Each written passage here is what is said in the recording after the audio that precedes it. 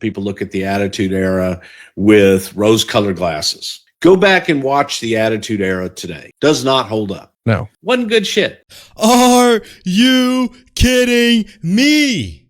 Ladies and gentlemen, the guy that you see right now on your screen is Vince McMahon's right-hand man, currently in the WWE, known as Bruce Prichard, a WWE match producer, which means like he's a guy that sits backstage and like tells the referee what the performer should do in the ring. If you guys have watched WWE Unreal, you will recognize him giving Abyss a hard time and just trying to like bully. Oh, you went overboard. You went over your time limit, bro. Come on, bro. You went over, bro. And this is something completely unacceptable to say, because what in the world do you mean that the Attitude Era was not that great?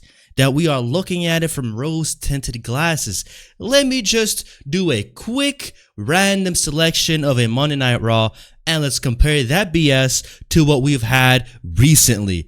Let's just roll the tape. Alright, just for an example, here is a Monday Night Raw from 2000, okay? This is a random episode I picked, okay? And we're gonna watch how it begins. Just a stark contrast, okay? We're gonna start off with a bunch of pyro. I mean, look at this. When is the last time we had pyro opening up the show? This was the way we opened up Raw. And this is how the show opens up today. We literally have wrestlers just walking around. I mean, where is the pyrotechnics? Where is the livelihood that we used to get from watching Raw live on TV? And it started off with a big, massive banger. Where did that go? What we have today, that's a stark contrast, and that's just to start off this video. So if you've noticed, sometimes literally when like our guy, okay, he comes out over here, he hits his entrance music, all right, off the cuff, the lights go out from whoa, and instead of like pyro hitting, you only hear the boom. What the hell are we doing, chat? What are we doing? But let's go ahead and keep on dismantling the gaslighting and the lying, and let's just keep on exposing Bruce Prichard for even trying to say that the Attitude Era was not good at all. Let's just keep on comparing. Alright, so this random episode of Raw kicks off with Mr. McMahon. Now, at this point, Mr. McMahon is one big fat fucking heel, okay? He is just must-see TV no matter how he does it every single time. And he obviously knows how to captivate the audiences. I mean, he is not a rookie to this game. He talks about how he screwed over like The Rock at the pay-per-view before, and that is something we don't have today either, okay? So at this episode, he will talk about how he screwed over The Rock at Judgment Day 2000.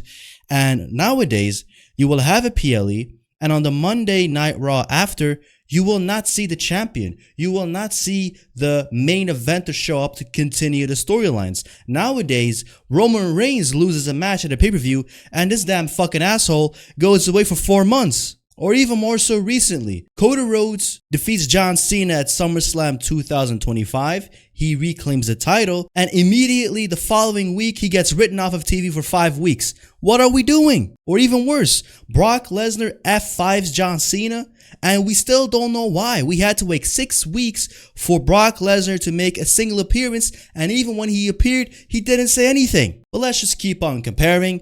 The following segment then is Mr. McMahon walking backstage. But obviously The Rock is quite mad for getting screwed over or something, and he starts whooping on Vince McMahon. He's beating him around the entire backstage, and he's not done here. He takes a trash can lid, smacks him over the head with it, and he continues on whooping everybody on the roster. But first, he has to put Vince McMahon in the limousine and send his candy ass back to where he belongs, and that is Jobberville, where he can check himself in the SmackDown hotel. You know what I'm saying? That is the way this Monday Night Raw started off. I mean, come on. Rock, McMahon, all-time heels, proper all-time superstar in Rock. This is the way you start off your episode. And to compare that to after half an hour, literally half an hour of Raw being on air, we finally get our first segment. And it's just the randomest tag team of all time, right? 2 female champions, then become tag champions. who used to be rivals, by the way, and then they become best friends, all right? And then they're hugging and stuff in the middle of that yin. I mean, this is not what I want to see, bro. And then to top it all off, this episode just keeps on getting extended with their enemies showing up, Roxanne Perez and Liv Morgan. And as if that is not bad enough, we're gonna send out another bunch of jobbers. And mind you, this episode is in Dusseldorf, Germany, okay? These guys haven't had a Monday Night Raw ever. And this is the way you want to kick it off? To add insult to injury, we get more of these clowns standing there in the ring, and it is just a flat out embarrassment, and it pales in comparison. Whereas 26 years ago, we had the coolest tag team of all time, the Hardy Boys, come out. That is our competition here. And instead of a random 8-women tag match, we're getting A-Train, Test versus the Hardy Boys, and Trish Stratus is ringside for some eye candy, alright? I mean, what do you rather want to watch, bro? What do you want to watch? Okay? And this is what a WWE producer has to say about it. It was great in the moment. It was absolutely awesome, man. Did some great shit. Doesn't hold up, okay? Okay, how about you and listen to me, alright? Let's go and compare, bro. Let's just go and compare. Then the following segment is Eddie Guerrero versus D'Lo Brown, and they put up a great match. And this is what I want you guys to look at right now. If you look at the timestamps, only 20 minutes have gone by, and we've had 2 matches, and then 1 promo segment of Vince McMahon, and then another segment where we had The Rock beating down on Vince McMahon, in only 20 minutes. Now let's look at how far we get after 20 minutes on Netflix. A freaking match between Rayo Americano or the other one, I don't know, against Javon Evans. This is how you kick off a Monday Night Raw in a country that's never had a Monday Night Raw. Packed out crowd, probably 25,000 people in there, and this is what we get. And mind you, this is the first match by the 20-minute mark. Look at the big difference, all right? This is not just like nostalgia. This is facts. And then 26 years ago, okay, the following segment was X-Pac, Road Dogg. They are also gonna get a can of whoop ass. And so The Rock starts attacking them as well. And he literally beats them down and he puts them in a freaking truck and closes the lid on them, bro. Like, this creativity is something that we haven't gotten ever nowadays, especially not on the Netflix era. And on the Netflix era, you don't have to be PG. You don't have to worry about time slots. You can have it be 3 hours if you wanted to, but you don't. All right, you don't. But then Bruce Prichard still has the audacity to even insinuate that we're just being nostalgic. That is laughable. And so if you guys used to remember Edge and Christian, they used to do the 5-second pose. And in this segment, they did the 5-second pose because like in some football game, like some team that they're like, right, you know, like in their city of like choked in a final or something. Yeah, I don't know. I don't watch football, but that's really what it was, okay? Pretty funny. And Kurt Angle was there to sell it as well. I mean, it's just goofy and funny, man. When is the last time that Monday Night Raw was funny? I mean, come on. And then we had like Rikishi come out and like challenge for the tag titles, I believe. And then they're like, you know, like just whooping it on. And it's like right away, right? It's the same segment and immediately they come out and they're into a match, a title match at that. And so Kurt Angle gets them the victory. But the following segment, we're right back to The Rock. And he's still hunting for his enemies that he can beat down, all right? That is continuity. And today's day and age, the continuity doesn't exist. Like in September, Jey Uso started teasing a heel turn, and we're now in January, and this freaking guy is now the tag champions. I mean, what happened to you like turning heel?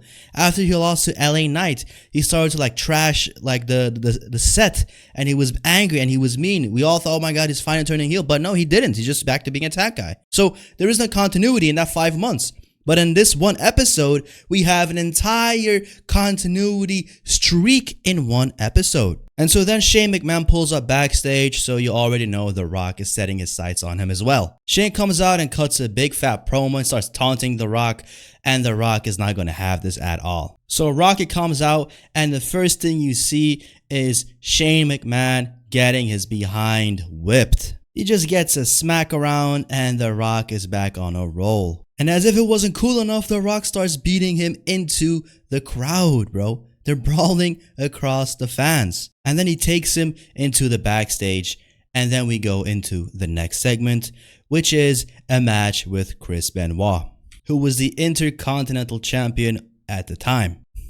Whereas the next segment, in today's day and age, is a freaking 6-women tag match. I mean, come on, bro. Are you kidding me? I'd rather watch Chris Benoit against Dennis or some shit than this BS. And if you've seen any Chris Benoit matches, you know this guy is very intense and he's always had great matches. And this was like a solid 15-minute match, and then we had Hardcore Holly come out, or Bob Holly come out with the steel chair, and he starts beating some behind down in the middle of that ring. Come on.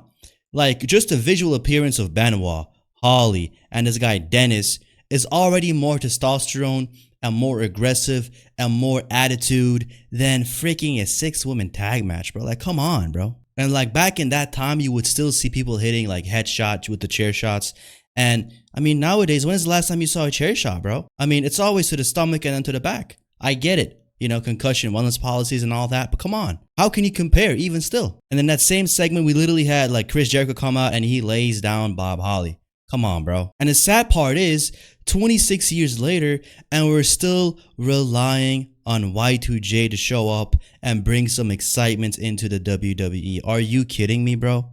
Are you genuinely kidding me? That is the way things are today. And Bruce Prichard is saying it wasn't all that? Are you kidding me, bro? Let's just look at, like, look, now it's an hour into this, all right? It's an hour into the Attitude Era Monday Night Raw, and we just had, like, a funny segment, and all this stuff has happened, okay? We had The Rock come out. We had Vince McMahon cut a promo. We had The Rock beat on Vince. We had The Rock beat on X-Pac and Road Dogg. He puts him in a freaking like truck. We had 2 matches. We had Kurt Angle cut a promo with Edge and Christian. Like, come on, it's just a massive, massive difference. I mean, time used to be really expensive back then. Like, they used to really make the most out of the time they had. But instead, nowadays, I mean, like, we're an hour into this, and we have just a freaking attack segment at the ramp stage because we don't have, like, enough time for them to walk out into the ring. It's laughable, bro. To follow all of that up, the following segment, The Rock is still not done, by the way. The Rock is still not done whooping ass, bro. Then he goes after Triple H. And would you know it? The Rock just simply appears in the background. I mean, the difference in quality of segments, in creativity, in continuity is just a night and day difference. So The Rock is like, all right, now it's my time to close off Monday Night Raw. This is like the ending segment pretty much. And he calls out Triple H into the ring. Triple H and Stephanie walk out and you know it's about to go down. He signals Triple H to get in. I mean, come on, bro. Look at this charisma, bro. I mean, you look at the shot alone. The visual of this frame alone is better than what we had in our generation, which was the last segment on Monday Night Raw, which was this. This is the frame of reference. Okay, this is the frame of reference of TV that we have today. This is what we're looking at, chat. Some freaking skinny fat guy with freaking fat rolls beating an iconic legend with a cheap way. That is the difference, all right? And then we look at what was back then. We literally had 2 muscly, tall, strong dudes going at it and fighting in the middle of the ring. And everything comes back in full circle. X-Pac and Road Dogg show up. Vince McMahon is back into the mix. And these are all characters that we saw earlier on in the episode. Nowadays, quite literally, we go from segment to another segment to another segment.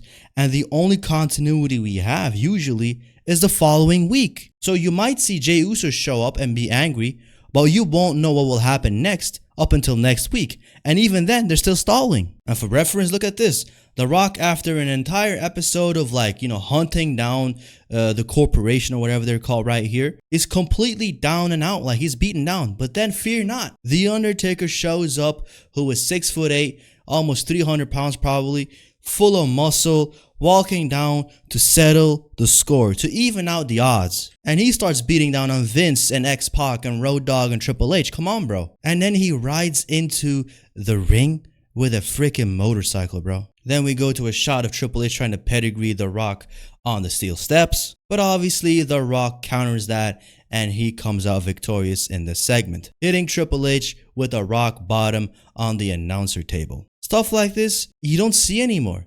When is the last time we ended off a Monday Night Raw on a high note? It's always been the Vision coming out and ruining everything. And this is like the final shots of the show, right? Triple H laid out and The Rock looking victorious and strong in the middle of the ring. That is the big fat difference of what was back then and what we have today. And to wrap up this video in this segment, this sums up the entire problem, okay? Bruce Prichard will say back then we were making great money on our own. Merch sales and ticket sales and this and like pay-per-view numbers. Because back then, people used to actually buy pay-per-views every single month for the show. And that is a substantial amount of people, bro. Like if you have about like 250,000 people buying a pay-per-view of about like, it's like $20 or like, $50, whatever have you, it goes from anywhere of like 500,000 to $1 million a month. Just off of one event. And I'm not even and we're not even talking about merch sales and ticket sales and, broadcasting and like sponsor. We're not even talking about that.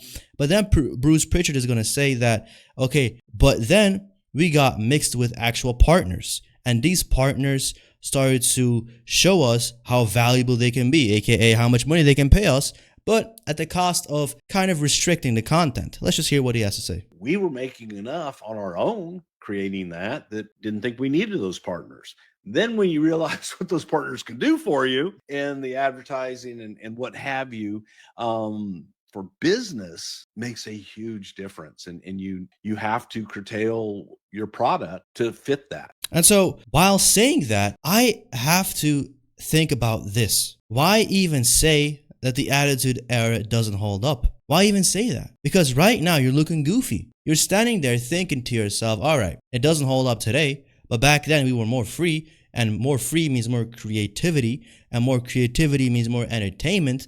But today is supposed to be better. Why? Because we got the freaking Prime logo splashed all over the middle of the ring. We got Slim Jim tables. That's why it's better? I don't think so. All right. And so even now he's admitting to the fact that now everything is restricted. Slim Jim tables, like I said, at the Money in the Bank, you literally had a Cash App logo on the briefcase, and the ladder they used to win the briefcase was a sponsored ladder as well. It's all a big fat joke. And so this is where everything is kind of a big fat joke, because it's the same thing right now that they sold us, okay, with the announcement of the Netflix deal. It's the same thing that Bruce Prichard is saying right now. Yeah, we have partners, we have networks that are trying to restrict us, but now it's the Netflix era. Now we don't have time slots. Now we don't have to worry about this and that. On Netflix, you have, like you can be like R-rated if you want to, right? It doesn't have to be PG. It can be TV-13. It can be whatever. But seemingly, despite this heavy restrictions being lifted off of Monday Night Raw in particular, we don't see any difference. We don't. Where is the big stars? Where is Cody on the show? Where was Roman on the show? We had an entire year of John Cena retiring, and they didn't use him once. They didn't have, let's be real about it, bro. How many times has John Cena showed up on Monday Night Raw in 2025? You can count it on one finger, probably. You know what I'm saying? And the fact is, John Cena wanted to have a 200-date schedule, and that didn't happen, all right? Back then, we used to have a bunch of pyro, and now we don't. Back then, we used to have people who wrestled believable, and now we have a bunch of skinny fat dudes chopping and flipping around. The wrestlers back then, they were strong, muscular, intimidating, and now there's just either a bunch of women that, come on, let's be real. They're not hard hitting. They're not heavy. They don't move the ring around when they're like bouncing around.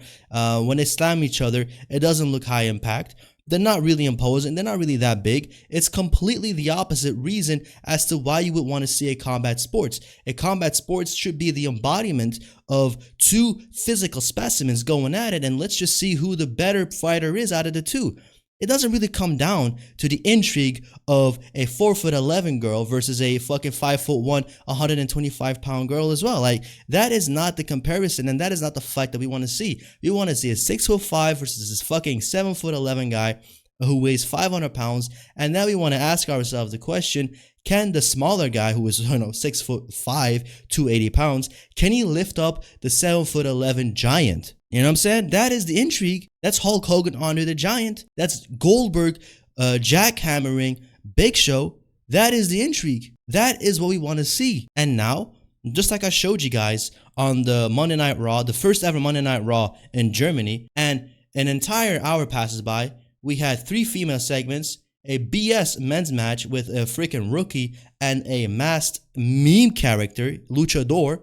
And when we get to that point, we're doing something completely wrong. And when the champion CM Punk comes out and he doesn't continue on his feud with like Braun Breaker, who's supposed to be the future of the business, mind you, Braun Breaker in that same episode, he gets fired for like, random reasons. Like I said, it always comes down to people in the ring. When they lose a big fat match, the immediate Monday Night Raw, they get written off of TV or they're nowhere to be seen. So now the logic is Braun Breaker is young. He should have no reason to get fired, or he should have no reason to take a vacation to come back and then challenge CM Punk again. He wasn't injured. He's in perfectly fine health. Yet he doesn't show up in the segment with CM Punk and Finn Balor, but instead he gets fired for a bunch of weeks so they can figure out what the hell they can do leading into the Royal Rumble. That is the problem we have today in WWE, my brothers and sisters. And the Heels Advocate, once again, has to speak the truth because nobody else will. And finally, the heel has come back to exposing. And I'm out.